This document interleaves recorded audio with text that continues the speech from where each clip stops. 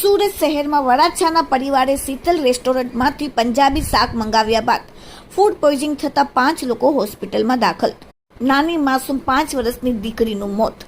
સુરત શહેરના એક જ પરિવારના 5 સભ્યોને ફૂડ પોઈઝનિંગની ગંભીર અસર થઈ છે, જેમાં એક 5 વર્ષની માસૂમ દીકરીનું મોત. વરાછા સ્થિત રણુજા ધામ સોસાયટીમાં રહેતા અશોકભાઈ કડસરિયાના પરિવારે 15 ઓગસ્ટની રાત્રે શીતલ રેસ્ટોરન્ટમાંથી મંગાવેલું કાજુ અને પનીરનું પંજાબી શાક ખાધા બાદ એકની તબિયત લથડી.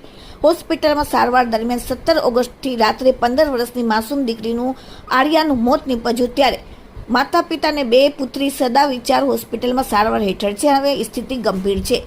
ઘટનાના 3 દિવસ બાદ ફૂડ વિભાગ જાગ્યું અને હવે શીતલ રેસ્ટોરન્ટમાં તપાસની કામગીરી કરી અને રેસ્ટોરન્ટને બંધ કરવાની કામગીરી કરી. પીડિતના મોટા ભાઈ દ્વારા કહેવામાં આવ્યું કે 15 ઓગસ્ટની રાત્રે મારા નાના ભાઈ અશોકભાઈ કડસરિયા રાત્રે આશરે 7:30 થી 8 વાગ્યા દરમિયાન શીતલ રેસ્ટોરન્ટમાંથી કાજુ પનીરનું શાક પાર્સલ કરાવીને ઘરે લાવ્યા, જેની ચૂકવણી ગૂગલ પે દ્વારા કરવામાં આવ્યું. રાત્રે ભોજન લીધા બાદ સવારે 4 વાગ્યાના અરસામાં દીકરીને અચાનક ઉલટી અને પેટમાં દુખાવો થયો અને શારીરિક સમસ્યાઓ થઈ. રવિવારે ફેમિલી ડોક્ટર પાસે પ્રાથમિક સારવાર મેળવી બોટલ ચડાવવામાં આવ્યા, પરંતુ સોમવાર સુધીમાં સ્થિતિ વધુ નાજુક બનતા પરિવારના તમામ સભ્યોને હોસ્પિટલમાં ભરતી કરવા પડ્યા. હાલમાં દીકરીના પપ્પા, તેમની પત્ની અને 2 નાની દીકરી સહિત 4 સભ્યો હોસ્પિટલમાં સારવાર હેઠળ છે, જેમાં એક બાળકીની સ્થિતિ ગંભીર હોવાનું જણાઈ રહ્યું છે. ભૂપતભાઈએ સમગ્ર મામલે સત્ય સામે લાવવા દુકાનના સીસીટીવી ફૂટેજ તપાસવાની કડક કામગીરી હાથ ધરવાનું કહ્યું છે. પોતાની પાસે ડિજિટલ પેમેન્ટ તેમના ખરીદીના પુરાવા પર તેમણે દાવા કર્યા છે કે રેસ્ટોરન્ટમાં જ ભૂલ છે. હાલમાં અશોકભાઈ અને તેમની 2 મોટી પુત્રીઓ સદા વિચાર હોસ્પિટલમાં સારવાર હેઠળ છે. હોસ્પિટલમાં દાખલ 4 દર્દીઓના તબીબી રિપોર્ટમાં ફૂડ પોઈઝનિંગ સામે આવ્યું. હાલમાં તમામની સારવાર ચાલી રહી છે.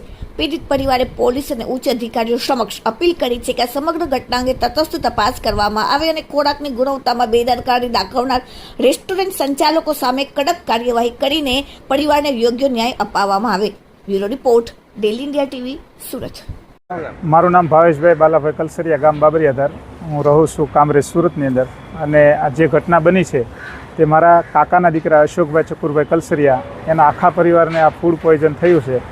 શીતલ રેસ્ટોરન્ટની અંદર જે ઈસરકુપામાં આવેલું છે ત્યાંથી 15 તારીખે સાંજે 2 શાક લઈ આવેલા અને ઘરે જમ્યા.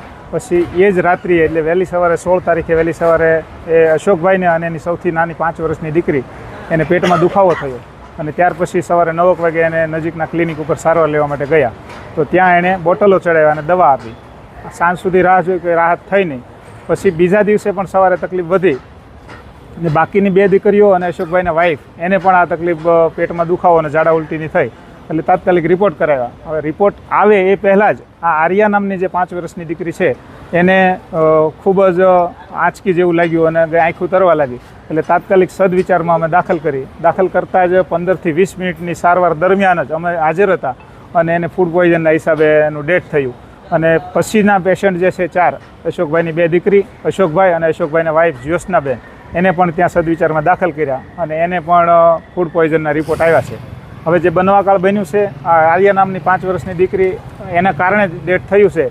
તો અમારી આખા પરિવારને, અશોકભાઈને ન્યાય મળે, અમારા પરિવારને ન્યાય મળે કે આવું શેના કારણે થયું. અને અશોકભાઈની દીકરી આર્યા 5 વર્ષની જે ઓફ થઈ ગઈ છે એને આ રિપોર્ટ અત્યારે પોસ્ટમોર્ટમ વિભાગમાં આપેલી છે સાંજે અને અત્યારે રિપોર્ટનું કામ ચાલુ છે. એ રિપોર્ટના આધારે અમે તંત્ર પાસે, બધા જ મહાનુભાવો પાસે અને સમાજ પાસે એવી માંગણી કરીએ છીએ કે અમારી અશોકભાઈની દીકરી જે સાથે અન્યાય થયો, અશોકભાઈને પરિવાર સાથે અન્યાય થયો, તેને ખૂબ ન્યાય મળવો જોઈએ.